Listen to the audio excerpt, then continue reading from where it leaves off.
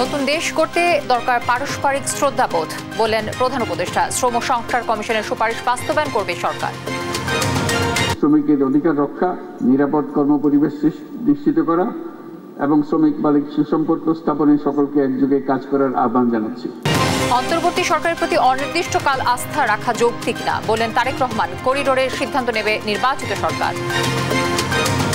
জনগণের একটি সুমহান আকাঙ্ক্ষা কি সেটি হচ্ছে একটি বৈষম্যহীন, নিরাপদ, মানবিক, গণতান্ত্রিক বাংলাদেশ বিনির্মাণ। আগামীর দেশ প্রতিষ্ঠান নারী পুরুষের সমন্বয়ে কাজ করবে জামায়াত। বিদেশিদের নয়, দেশের স্বার্থ নিশ্চিতের আহ্বান এনসিপির। গান, কবিতা আর সমাবেশের মধ্য দিয়ে মহান মে দিবস উদযাপন। বিভিন্ন শ্রমিক সংগঠনের রেশন, চিকিৎসা আর আবাসনের দাবি। আমাদেরকে নিয়ে তারা অত্যাচার করে, এই অত্যাচার বন্ধ হওয়ার জন্য বৈষম্য মুক্ত এবং বৈষম্য নিরসন করে কর্মচারীদের বেতন ভাতা বৃদ্ধি করতে হবে। পুলিশকে রাজনৈতিক প্রভাব মুক্ত করার বিকল্প নেই বললেন বিশিষ্টজনরা। রাষ্ট্রীয়ভাবে পুলিশের অপব্যবহার বন্ধের আহ্বান। ভারতের সঙ্গে উত্তেজনার মধ্যেই সশস্ত্র মহড়া শুরু পাকিস্তান সেনাবাহিনীর। সব পরিস্থিতিতে পাকিস্তানের পাশে থাকার প্রতিশ্রুতি চীনের। এবং তাসকিনের বাম পায়ের গোড়ালির হাড়ের অস্বাভাবিক বৃদ্ধি, জটিলতা নিয়েই খেলা চালিয়ে যেতে হবে এই পেসারকে, পরামর্শ চিকিৎসকদের। দর্শক, আমন্ত্রণ সংবাদ সন্ধ্যায়। শুনছিলেন শিরোনামগুলো, সঙ্গে থাকছে আমি তানজিয়া জুথি। নতুন বাংলাদেশ গড়তে ঐক্য ধরে রাখতে পারস্পরিক শ্রদ্ধা ও আস্থার পরিবেশ তৈরির আহ্বান জানিয়েছেন প্রধান উপদেষ্টা ডক্টর মোহাম্মদ ইউনূস। বলেছেন, শ্রম সংস্কার কমিশনের সুপারিশ অক্ষরে অক্ষরে বাস্তবায়ন করতে চায় সরকার। বিস্তারিত সাইফুল রিপনের প্রতিবেদনে থাকছে। মহান মে দিবস ও জাতীয় পেশাগত স্বাস্থ্য ও সেফটি দিবস উপলক্ষে শ্রমিক মালিক এক হয়ে গর্ব এদেশ নতুন করে স্লোগান ধারণ করে এবারের মে দিবসের আয়োজনে নিহত ও আহত শ্রমিকদের স্বজনদের হাতে আর্থিক সহায়তা তুলে দেন প্রধান উপদেষ্টা ডক্টর মোহাম্মদ ইউনূস। মে দিবস উপলক্ষে আয়োজিত রচনা প্রতিযোগিতায় বিজয়ী এবং বিশেষ প্রতিবেদন ও আলোকচিত্রের জন্য সাংবাদিকদের হাতে পুরস্কার তুলে দেন প্রধান উপদেষ্টা। প্রধান অতিথির বক্তব্যে ডক্টর মোহাম্মদ ইউনূস বলেন, শ্রম পরিস্থিতি না বদলালে নতুন বাংলাদেশ গড়া সম্ভব নয়। এই নতুন বাংলাদেশ হবে না যদি শ্রমিকদের অবস্থা পুরনো বাংলাদেশের মধ্যে থেকে যায়। এই নতুন বাংলাদেশ গড়তে হলে আর কিছু কাগজ দলিল থাকার না থাক, এই কমিশনের যে রিপোর্ট আছে এটুকু যদি আমরা বাস্তবায়ন করতে পারি তাহলে নতুন বাংলাদেশের ভিত্তি রচনা হয়ে গেল, আমরা গৌরবান্বিত বলতে পারবো। শ্রম পরিবেশের উন্নয়নে সরকারের নেয়া বিভিন্ন উদ্যোগের কথাও জানান প্রধান উপদেষ্টা। শ্রম আদালত সমূহকে আরো কার্যকরণের পাশাপাশি আমরা বিকল্প বিরোধ নিষ্পত্তি ব্যবস্থা অধিকতর শক্তিশালী করার উদ্যোগ নিয়েছি। নতুন বাংলাদেশ গড়ে তোলার দৃঢ় প্রত্যয় জানিয়ে প্রধান উপদেষ্টা বলেন, সুস্থ ও নিরাপদ পরিবেশে যখন শ্রমিকরা কাজ করতে পারবে তখন দেশও সমৃদ্ধ হবে। এই দেশকে নতুন করে গড়ে তুলতে হলে ঐক্য, পারস্পরিক শ্রদ্ধা এবং আস্থার পরিবেশ সৃষ্টি করতে হবে। দেশকে নতুন করে গড়ে তোলার প্রত্যয়ে উজ্জীবিত হয়ে শ্রমিকের অধিকার রক্ষা, নিরাপদ কর্মপরিবেশ নিশ্চিত করা এবং শ্রমিক মালিক সুসম্পর্ক স্থাপনে সকলকে একযোগে কাজ করার আহ্বান জানাচ্ছি। পরে মহান মে দিবস উপলক্ষে মঞ্চস্থ নাটক উপভোগ করেন প্রধান উপদেষ্টা।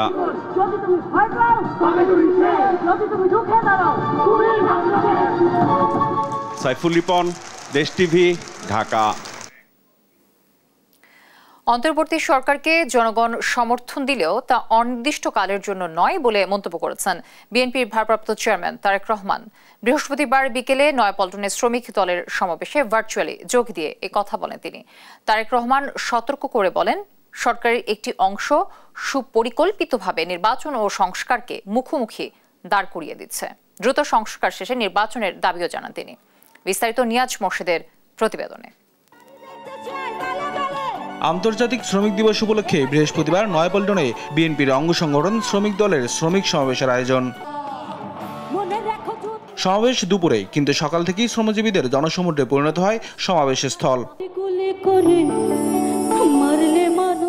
পূর্ব ঘোষণা অনুযায়ী ভার্চুয়ালি যোগ দিয়ে বিএনপির ভারপ্রাপ্ত চেয়ারম্যান তারেক রহমান বলেন, সরকারের একটি অংশ সুপরিকল্পিতভাবে নির্বাচন ও সংস্কারকে মুখোমুখি দাঁড় করাতে চাইছে। তারা ফ্যাসিবাদ বিরোধী রাজনৈতিক দলগুলোর মধ্যে বিরোধ উস্কে দিতে চায়। শ্রমজীবী, কর্মজীবী মানুষ, প্রান্তিক জনগোষ্ঠী। তারেক রহমান বলেন, অন্তর্বর্তী সরকারকে জনগণ সমর্থন দিলেও জনগণ মনে করে তা অনির্দিষ্টকালের জন্য নয়, নিরাপদ রাখার জন্য, জনগণের অধিকার সুপ্রতিষ্ঠিত রাখার জন্যই আমাদের এই রাজনীতি। মিয়ানমারকে করিডোর দেওয়া নিয়েও সমালোচনা করেন তারেক রহমান। ফ্যাসিবাদী শাসনের অবসান হওয়ার পর এবছর রমজান মাসে নিত্য প্রয়োজনীয় দ্রব্যমূল্য তুলনামূলকভাবে সহনীয় ছিল। সবাইকে ঐক্যবদ্ধ হওয়ার আহ্বান জানিয়ে তারেক রহমান বলেন, পরাজিত পলাতক শক্তি যেন পুনর্বাসিত হওয়ার সুযোগ না পায়। সারা দেশের শ্রমজীবী, কর্মজীবী ভাই ও নিয়াজ মুর্শিদ, দেশ টিভি, ঢাকা। নতুন বাংলাদেশ গড়তে শ্রমিক, কর্মজীবী সহ সবাইকে অংশ নেওয়ার আহ্বান জানিয়েছেন জামায়াত ইসলামের আমির ডাক্তার শফিকুর রহমান। রাজধানীর পুরানা পল্টনে মে দিবস উপলক্ষে সমাবেশে আহ্বান জানান তিনি। বলেন, আগামী বাংলাদেশ প্রতিষ্ঠায় নারী পুরুষের সমন্বয়ে কাজ করবে জামায়াত ইসলামী। আর বক্তারা বলেন, ইসলামিক শাসন ব্যবস্থা ছাড়া শ্রমনীতি বাস্তবায়ন সম্ভব নয়। তাইফুর রহমান তুহিনের রিপোর্ট। মহান মে দিবস উপলক্ষে শ্রমিক সমাবেশ করে জামায়াত ইসলামের সহযোগী সংগঠন বাংলাদেশ শ্রমিক কল্যাণ ফেডারেশন। দলটির কেন্দ্রীয় নেতারা বলেন, ইসলাম প্রতিষ্ঠা না হলে 5 আগস্ট পরবর্তী মানুষের আশা আকাঙ্ক্ষা পূরণ হবে না। শ্রমিকদের অধিকার প্রতিষ্ঠায় নতুন শ্রম আইন করারও দাবি জানান তারা। সভ্যতার কারিগর উঁচু ধারণ বনায় কারখানায় বস্ত্র উৎপাদন করে, খাদ্য উৎপাদন করে, শ্রমিকের বাড়িতে খাবার জোটে না প্রতিদিন। বাংলাদেশের সকল আন্দোলন সংগ্রামে শ্রমজীবী মানুষ রক্ত দিয়েছে, জীবন দিয়েছে। ইউনিয়ন আমাদের যে অধিকার দিয়েছে, সে অধিকার যেন আমরা পাই। আল্লাহর নবীর প্রণীত ইসলামী শ্রমনীতি কায়েম হবে, কিন্তু মনে রাখবেন, ইসলামী সমাজ, ইসলামের কল্যাণ রাষ্ট্র কায়েম না হলে ইসলামী শ্রমনীতি কায়েম হবে না। আর জামায়াতের আমির বলেন, পারস্পরিক বোঝাপড়া ও সমন্বয়ে টেকসই সমাজ ব্যবস্থা গড়ে তুলতে হবে, তাহলেই শ্রমিক সহ সবাই নিজেদের অধিকার পাবে। সত্যিকার অর্থে আমরা যদি একটি টেকসই বাংলাদেশ গড়তে চাই, একটি শান্তির বাংলাদেশ গড়তে চাই, তাহলে সমাজকে হাতে হাত ধরে পরস্পরকে সম্মান এবং ভালোবাসা দিয়ে এই সমাজকে গড়ে তুলতে হবে। তিনি জানান, নারী পুরুষ সবাইকে নিয়ে একটি বৈষম্যহীন রাষ্ট্র বিনির্মাণ করতে চায় জামায়াত। আমাদের প্রতিপক্ষ আমাদের বিরুদ্ধে অপবাদ ছড়ায়, জামাতে ইসলামী ক্ষমতায় গেলে মহিলাদের আর কোনো কাজ করতে দেবে না, ঘর থেকে বের হতে দেবে না। আমরা আমাদের এই বোনদেরকে নিশ্চয়তা দিচ্ছি, তারা তাদের যোগ্যতা এবং পছন্দ অনুযায়ী কর্মক্ষেত্রে কাজ করবেন। এখন তাদের কোনো সম্মান নাই, তাদের কোনো মর্যাদা নাই এবং তাদের কোনো নিরাপত্তা নাই। সেই রাষ্ট্রে ইনশাআল্লাহ তাদের মর্যাদা আমরা কায়েম করব, তাদের নিরাপত্তাও নিশ্চিত করা হবে ইনশাআল্লাহ। ইসলামী আইন বাস্তবায়ন করে শ্রমিকদের ন্যায্য অধিকার নিশ্চিতের কথাও জানান জামায়াতের আমির। এই শ্রমিক দিবসে আমার বলার। তাইফুর রহমান তুহিন, দেশ টিভি, ঢাকা। প্রবাসী শ্রমিকদের বাদ রেখে নির্বাচন দেয়া আরেকটি বৈষম্য বলে মন্তব্য করেছেন জাতীয় নাগরিক পার্টির দক্ষিণাঞ্চলের মুখ্য সংগঠক হাসনাত আব্দুল্লাহ। মে দিবস উপলক্ষে বৃহস্পতিবার বিকেলে রাজধানীর বাংলা মোটরে এনসিপির শ্রমিক উইং আয়োজিত মতবিনিময় সভায় এ মন্তব্য করেন তিনি। হাসনাত বলেন, শ্রমিকদের অধিকারের জায়গা এখনও প্রতিষ্ঠিত হয়নি। ভোট সংস্কৃতির কারণে শ্রমিকরা সংখ্যায় খাতা কলমে থেকে গেছেন। প্রবাসী শ্রমিকদের নিয়ে তিনি আরও বলেন, ক্ষমতা নির্ধারণে যাতে প্রবাসীদেরও ভোটের মূল্যায়ন হয় সেটাও দেখতে হবে। তাদের বঞ্চিত করে নির্বাচন আরেকটি বৈষম্যের শামিল। আগামী নির্বাচনে প্রবাসীদের ভোট প্রয়োগের অধিকার দিতে নির্বাচন কমিশনের প্রতি আহ্বান জানান হাসনাত আব্দুল্লাহ।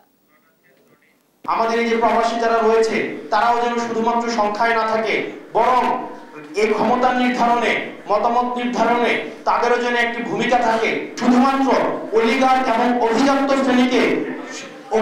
শ্রেণীর সন্তুষ্টির জন্য যেন আমরা কোনো সংস্কার না করি, বরং সামগ্রিকভাবে নাগরিকদের যেটা কল্যাণ হয়, সামগ্রিকভাবে শ্রমিকের যেটা কল্যাণ হয়, মানুষের যেটা কল্যাণ হয়, রাষ্ট্রীয় ভূখণ্ডের প্রত্যেকটা মানুষের যে কল্যাণ হয় যে সংস্কারে, সেটার দিকে যেন আমরা মনোযোগী হই। শুধুমাত্র সাময়িক কোনো ধরনের সমাধানের জন্য যেন আমাদের কল্যাণ না হয়, আমরা যেন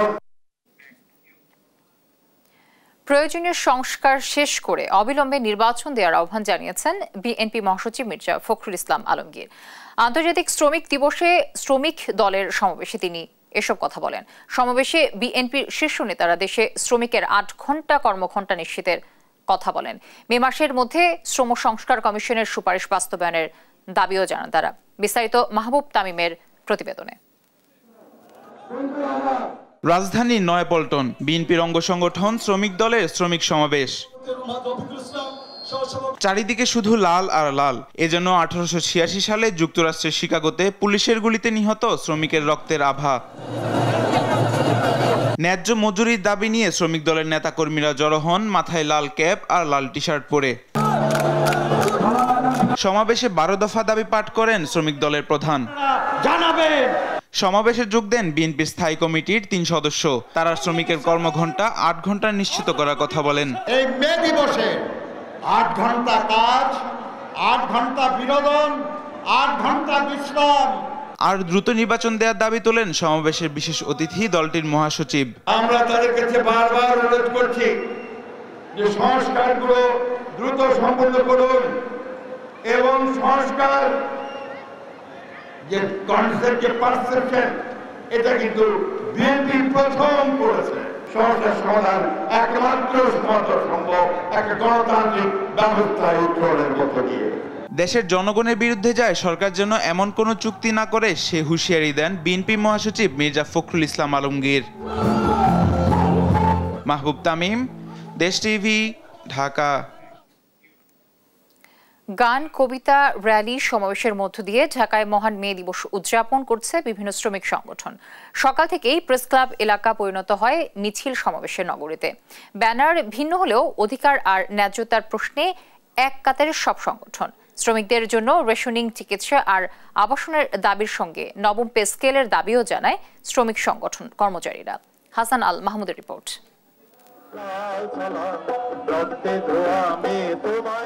দারাজ কণ্ঠে বাজছে প্রতিবাদের সুর, রাজপথে সংগ্রামী স্লোগান। অধিকার আদায়ের লাল নিশান উড়িয়ে বুর্জুয়া কাঠামো ভেঙে শ্রমিকের ন্যায্যতা আদায়ের দৃঢ়তা। সবসময় বুর্জুয়ারা ক্ষমতা দখল করে এবং শ্রমিকদেরকে ছাকা দেয়। আমরা শ্রমিকের শাসন ব্যবস্থা চাই। আমরা জানি শ্রমিক শ্রেণী যতক্ষণ রাষ্ট্র পরিচালনার দায়িত্বে না যাবে ততদিন শ্রমিক শ্রেণীর কোনো মুক্তি নাই। মহান মে দিবসে সকাল থেকে রাজধানীতে মিছিলে মিছিলে দাবি ওঠে শ্রমিকের ঘাম আর রক্তের ন্যায্য মজুরির। সঙ্গে শিক্ষা, চিকিৎসা আর আবাসনের সঙ্গে দাবি ওঠে রেশনিং চালুর। আমাদেরকে নিয়ে তারা অত্যাচার করে, এই অত্যাচার বন্ধ হওয়ার জন্য আজকে আমরা চাই আমাদের ঈদ বোনাস, আমাদের ঈদের ছুটি, আমাদের বাৎসরিক ছুটি, আমার সব কিছুর দাবি চাই। আর অকারণে শ্রমিক ছাঁটাই বন্ধ, সকল ক্ষেত্রে নারী শ্রমিকদের 6 মাস মাতৃত্বকালীন ছুটির দাবি জানান গার্মেন্টস শ্রমিকরা। মাতৃত্বকালীন ছুটিটা যেন 6 মাস দেওয়াই হয়।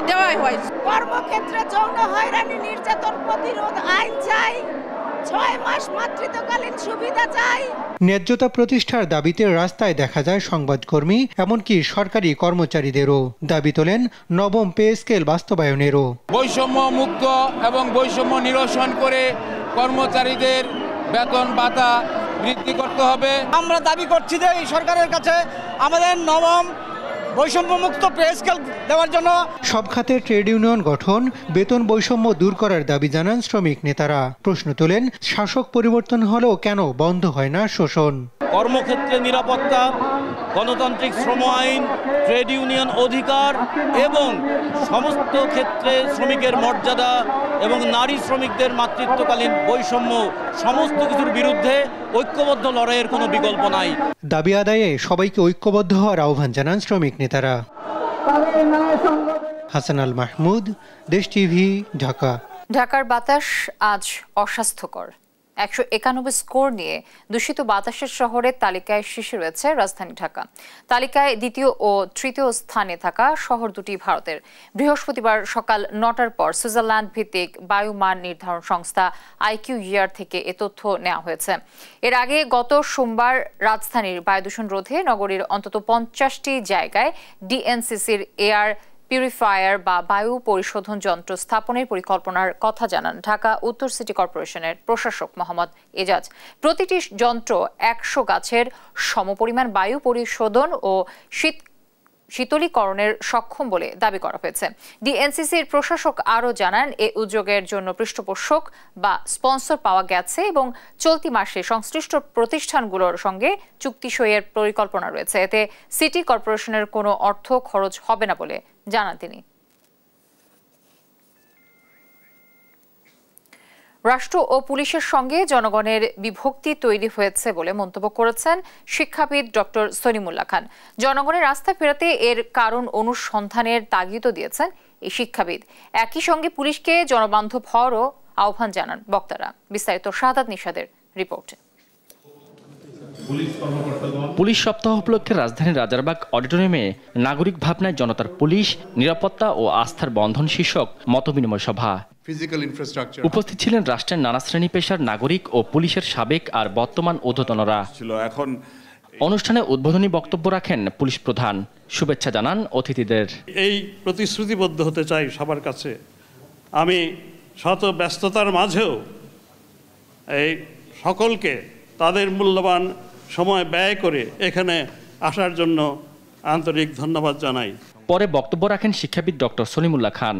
পুলিশের সংস্কার করে ধনীদের সম্পদ পাহারার জন্য তৈরি করে লাভ নেই বলে মন্তব্য করেন তিনি। আমাদের বুকে হাত দিয়ে মনে করতে হবে যে পুলিশ এখন যে একটা অদ্ভুত অবস্থায় আছে, তার যে জনপ্রিয়তায় ভাটা পড়েছে, যেটুকু থাকা উচিত ছিল সে নেই, তার কারণ অনুসন্ধান করার মতো আমাদের উদার চিত্ত থাকা উচিত।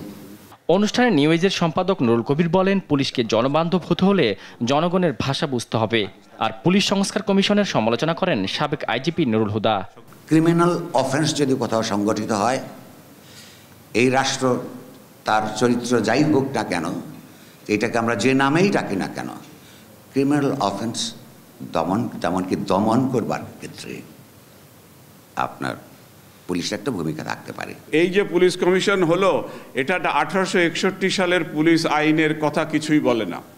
গণ্ডগোল কিন্তু ওইখানে আছে। ওইখানে বলা আছে, the superintendents of police vests in the government without defining সুপারিনটেন্ডেন্টসটা কোথায় শুরু হবে, কোথায় শেষ হবে, বা জেনারেল একটা আউটলাইন নাই। মানে যা খুশি আপনি তাই করতে পারেন।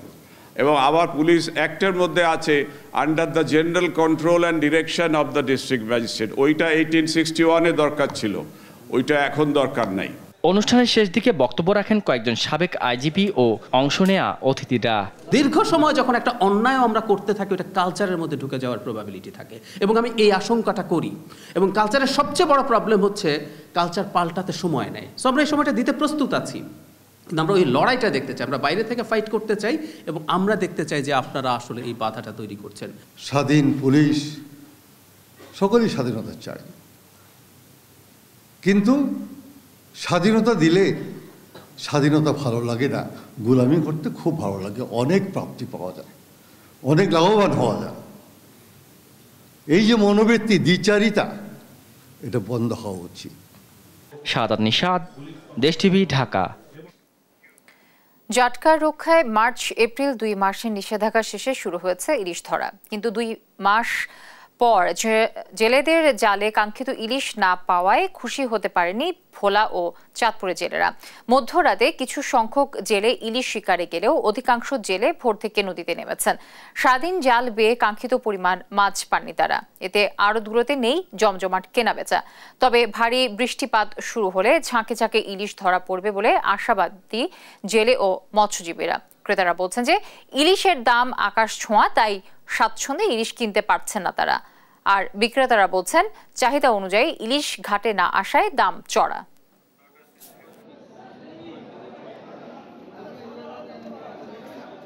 12টার দিকে নদীতে গেছিলাম, গিয়া জাল ফালা 3400 টাকার মাছ পেয়েছি।